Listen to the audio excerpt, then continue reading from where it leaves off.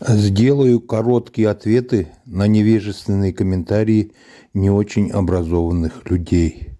Первое. Научно-литературный термин «чен-чуваш» в переводе «настоящие» или «истинные чуваши» возник еще в XIX веке и обозначал некрещенных чуваш «тене кемен чувашсем». Этот термин не нес и не несет никаких дискриминационных, расовых или иных признаков. Это всего лишь определение религиозной принадлежности части чуваш. Так же, как, например, буддист, иудей, христианин, кстати, протестант или католик, мусульманин, шиит или суннит и так далее. Поэтому абсолютно некорректно этот научно-литературный термин сравнивать с более поздним лженаучным термином «истинные арийцы». Второе.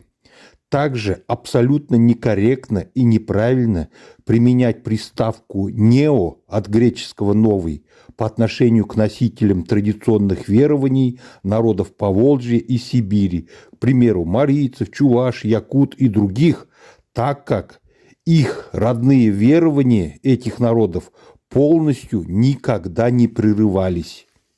В отличие от русских славянских народов, крещенных 1000 лет назад, основную массу чуваш номинально крестили лишь в середине XVIII века, при том, что тысячи чуваш так и оставались в своей родной вере, и десятки тысяч были в двоеверии, как на территории Чувашской республики, так и в Татарстане, Самарской и Ульяновской областях.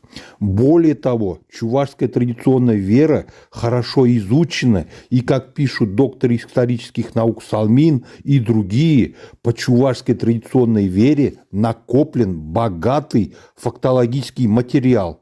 Опять-таки, в отличие от русско-славянских верований, где очень многое безвозвратно утеряно, несмотря на попытки изучения и сохранения этого наследия академиком Рыбаковым, фольклористом Фоминицыным и другими.